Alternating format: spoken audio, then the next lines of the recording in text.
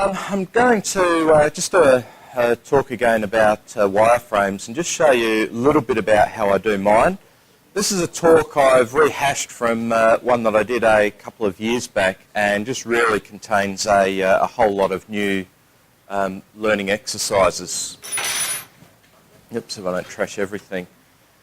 So what I'll touch on briefly is really just, let me just turn this around so I can see what I'm talking about, at least follow the slides. What I'll talk about to start with, just how I actually design the wireframes, talking about how I create a design template. I didn't bring anything with me today, it was just too big. And then just show you a little bit about bending, joining and attaching the rope light. A lot of ways to design your frame. You can draw your own, depends how artistic you are. I tend to use colouring in books from the web. So if you do a web search for whatever it is that you want, singing face, Santa, etc., you'll get a basic outline, or you can just use standard line drawings, so like clip art pictures, something like that. The aim is to keep it simple. You don't want anything too complex, because ultimately you're representing this in lights. If you have something too complex, it's too hard to bend your wires, too hard to fit lights to it. And from a distance, you get too many lights. So keep it simple. Simpler is better in this one. So really, just pick the outline. Keep it very, very simple. You know, people are looking at this, and in my case, probably from 30 or 40 metres away. You're not going to pick out fine detail from 30 metres away. So let's assume that you've... I can't do it back. Let's assume that you've picked your template. Let's say that little Santa down in the bottom corner with the rosy red cheeks. I'd probably leave that level of detail out, to be honest. So we've picked our template, or we've picked our design. How do we now get that into something that we can use and create the wire template? Again, if you're lucky like Steve and you've got a few projectors lying around the house, you can probably project it onto your template. For the template, I use a piece of 3mm MDF, and anybody who was here a couple of years ago, it's about a 1200mm square MDF, and it's ruled with permanent texture with a grid on it, about 12 centimetres square grid on the piece of MDF. So you can either project your image straight onto the MDF and then trace around it. That would be a really simple way of doing it. Also makes it really easy to scale, because you can just move it closer or further away. I don't have the luxury of having projectors, so what I do is I hand draw it onto the grid using the age-old method that I learnt when I was a kid. The image, this is an actual picture that I used when I did my Santa sleigh, so that is the actual image. The sleigh didn't end up with the 3 presents on the back. So what I did in Photoshop, or whatever I used at the time, I'd simply overlaid a grid on top of the image and printed it out. I then copied that onto the piece of MDF. It sounds very complex, but it's really, really simple to do. And of course, you can change your scale very easily as well. If you draw your grid lines closer together on your image that you print out, it's going to be bigger on your MDF, and vice versa. If you have those grid lines very small, it's going to be very small. That was a 10 by 10 square. It ended up being a Santa that was about 1.2 by 1.2 metres on my grid, because I used a 12 centimetre grid. If I'd have used a 1 metre grid, it would have been 12 metres by 12 metres, a massive thing. So you can scale it by the size of that grid. So building your wireframe, the first and foremost thing you're going to need is some steel, some wire. Again, I buy it from a steel supply. I think it's a 5mm galvanised steel rod that I buy. I do use thicker stuff for supports as well, that you can see there. To cut it, simply use a hacksaw. You could use wire cutters, bolt cutters. I don't own a pair, so I just use a hacksaw. Normally I just score it and bend it. That's what I did with this. You can see a bit of a kink in there. A few pairs of pliers, different sorts of pliers, a ring spanner. I'll explain what that is. If you go, where's the bolts? There isn't any. Very handy tool.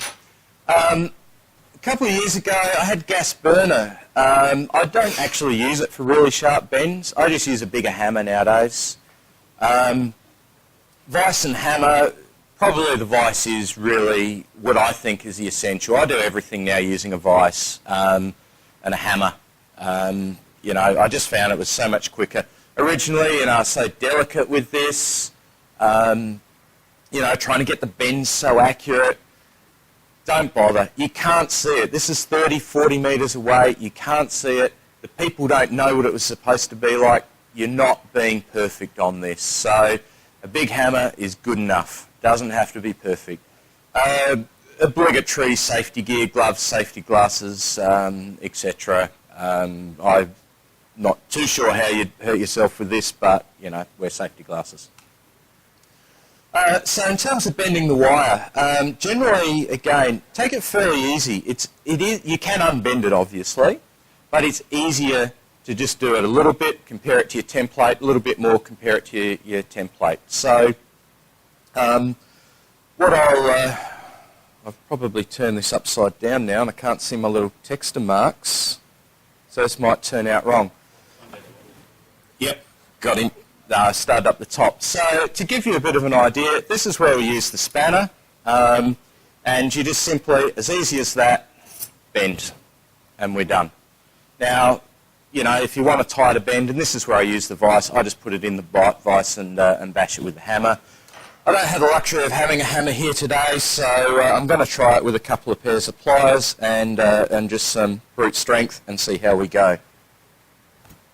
Okay, so there's a bend there. They're not going to be very gentle curves on this one, unfortunately, because I just simply don't have the vice and or at the time.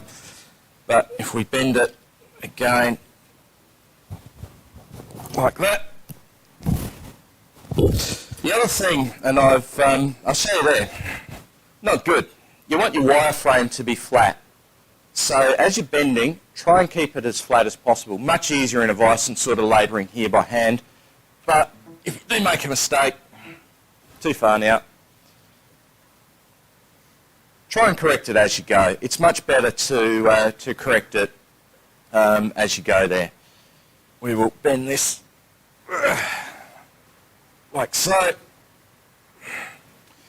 Now, if I had a template here at this point in time, I'd be comparing it to my template, but we don't. Well, not handy.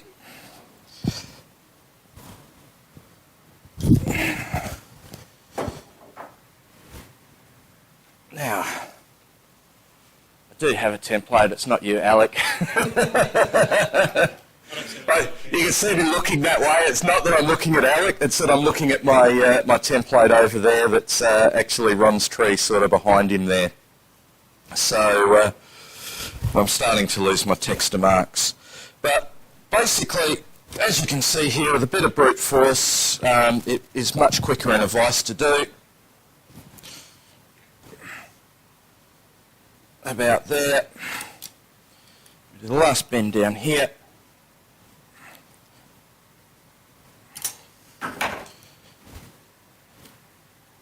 Okay, there we have it. Not terribly straight. There we have one half of Ron's singing Christmas tree. What I have done when I did this one, I cable tied two pieces of steel together and then bent them at the same time. So I used cable tie on one end and a rope. If you know what a rope grip is, it's a little metal clamp. You do up the bolts on the bottom, so I use that to clamp it at the top. A couple of cable ties through. And then I bent both of these halves from here down to here. Both halves done at the same time, so hopefully it's fairly symmetrical. Again, don't stress. If that's not symmetrical, you will not tell from the street. Close enough is good enough. So that literally is a bit wonky, but that gives you an idea on how long it takes to bend it up. Obviously, you know, with the one over there, you've got the others, you've got the eyes. No more difficult than that, really. And as I say, you know, that's labouring here, no vice, pair of pliers and a bit of brute force.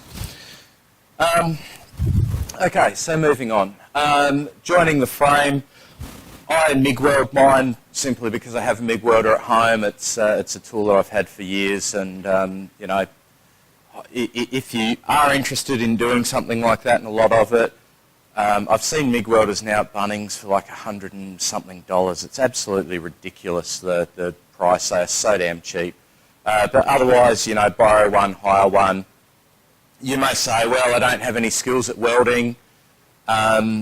You work it out pretty quick. Read it on eBay. It's not an incredibly difficult process. As long as you can make the steel stick together without big globs dropping on your feet, that's about all you need to do. It doesn't have to be pretty. You could theoretically cable tie this. So if I'd have left this a bit longer, I could have put a kink in there on both pieces. I could cable tie it there, and I could cable tie it at the bottom where it overlaps. So I could kind of cable tie something together. I don't know how it would go, but if you were desperate, you could definitely do that. You could also, and I haven't tried it, but those little torches that you get, the little $3 sort of gas bottles from Bunnings, it will heat this up cherry red, and theoretically you could actually braze weld it as well, which is basically a form of soldering. Painting, I use rust guard paint, just dip the brush in, and again, the technique that I use, rather than sitting here trying to sort of paint it like this, get the brush and just go slap, slap, slap, slap, slap, slap, slap, slap, slap, and you're done. So I just slap it on like that, around and around and around, really quick. If you sit here and brush it, you can do it. It takes ages, and again, the paint work isn't great. You will chip bits of paint off when you're putting cable ties and lights on.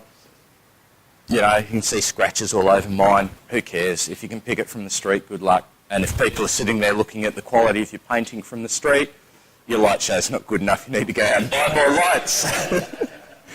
So attaching the lights, I brought this one this time. Last time I brought one, I used rope light on it. And I must admit, I did see Ron's little one over there last year when he brought it along, and I thought, I'll give it a try. I'll see how that looks. These are just little 5 volts LEDs. They're not pixels. They're not RGB. They're just dumb LEDs. They go down into a controller so that there's, I think, I stuffed up, I designed it with 9 channels, and if you saw my controllers yesterday, they were based on 4 channels, so there's actually 3 controllers in there. It was a small little oversight because I wanted the eyes to blink differently, so I added an extra channel, but oh well, you get that. I've got plenty of channels, so it doesn't really matter. It's just an extra piece of Cat 5 I've got to run. If you are using rope light, use black insulation tape to black it out, because most rope light, you can cut it, depending on what you've bought, you cut it at about 20 centimetres, 25 centimetres, something like that. So of course, this piece here isn't 25 centimetres. You end up with a tag of rope light sticking up here where it needs to be cut. Black insulation tape on that. You can't pick it at night, and it blocks out the light for you. Okay, so here's the final products. On the top left, you can see the Santa sleigh. That's the one that you saw the drawing for. Admittedly, if I were to do it again, I wouldn't put this much detail in at the back here. It was a pain in the butt. And again, you know, you get the idea that it's a sleigh. The singing Christmas tree face you can see here. That's how it looks. That's exactly what it was, taken off the roof and put in there. So these little LEDs, despite the fact that they're spaced all over there, you don't pick it. It just looks as one continuous strip. That's from about, my driveway is about 20 metres long, so it's about 20 metres away. You know, if you were up close like you are now, probably wouldn't work, but you wouldn't get the effect anyway. So that's about it. So does anyone have any sort of questions on wireframes and how to go about it?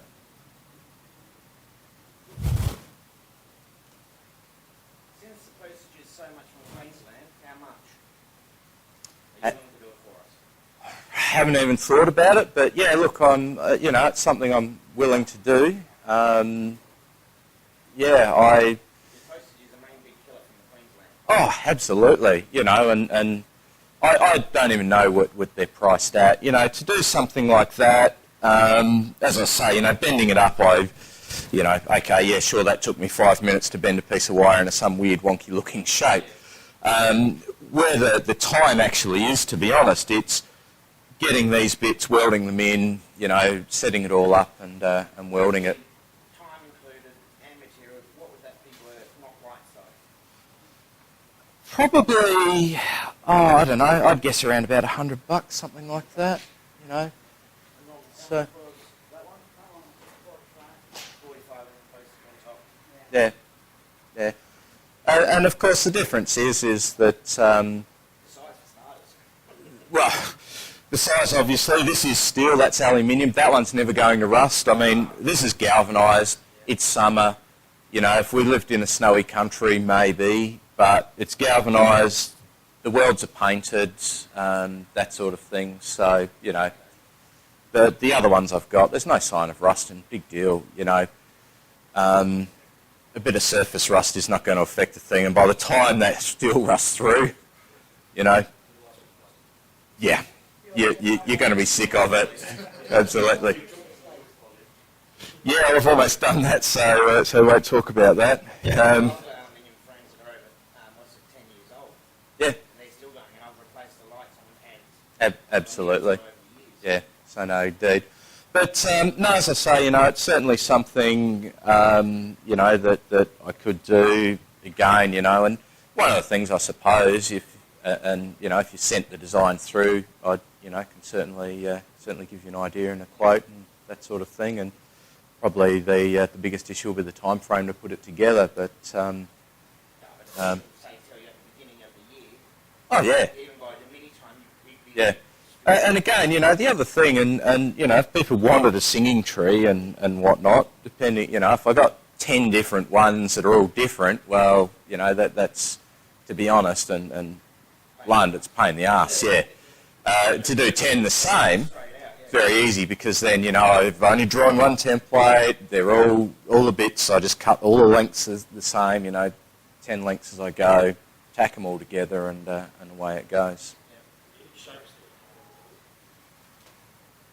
I don't know. My reindeers were a challenge. They were really, really tough. They were a real challenge. And again, I think the reason they were a challenge was I tried to make them too identical. It was also a bit of a challenge with the rope light because the little antlers have very sharp bends on them. But, they're fine. They're going great. As long as they're not too small, circles are easy. And again, it really depends on the size. They can't be too small because you can't put lights on them. But small ones are actually easier than large ones because I just get a piece of steel pipe and just bash the thing around it. So, yeah. No, there's no shape. I've found that gentle curves are better than sharp ones. Again, it comes to the rope light. I could put rope light on there if I desired. If you were to look at Ron's one there with those two really sharp kinks up the top, or, to put rope light around there, you probably could, but it would, it would smooth out the curve anyway. So sharp kinks are probably something I'd avoid. The other thing, of course, is to, the size and the strength. This is fairly big. It is... and feel free to feel the weight of it, and it does have a chunk of wire in that there. It's not exactly light, it's not heavy either, but as they get bigger, they flex more. Not a big problem, they don't catch a lot of wind, but, be aware of the flexing. For this one, I cable tie this to a wooden frame that comes up to, I think, about the bottom of his eyes to keep him steady. Like that. But the bigger it is, the more bracing you're going to need. The heavier it is, the harder it is to store, the harder it is to transport, and all of those sorts of things. So, that's something to be considered.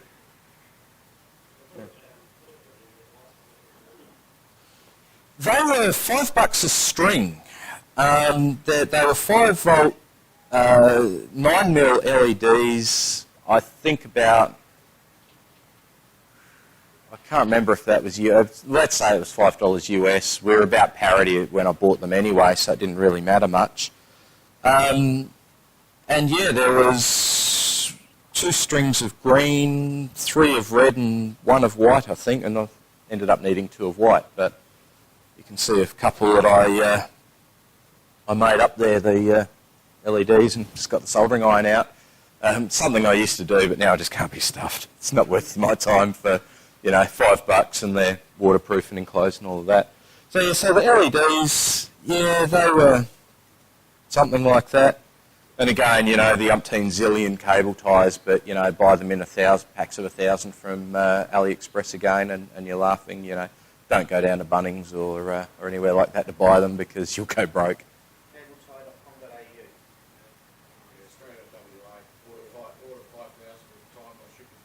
Yeah. Yeah, I've had a couple out of AliExpress that are like, oh God, what is this junk? So if you find a good one in Ali, stick with it. Pay a little bit more, but you know, they're about $8 a 1,000, something like that, and it'll last you forever. Yeah. Yeah, no. And if that's the case, I'd go cableties.com.au, you know. They're not exactly local, but they're Australian, so support them.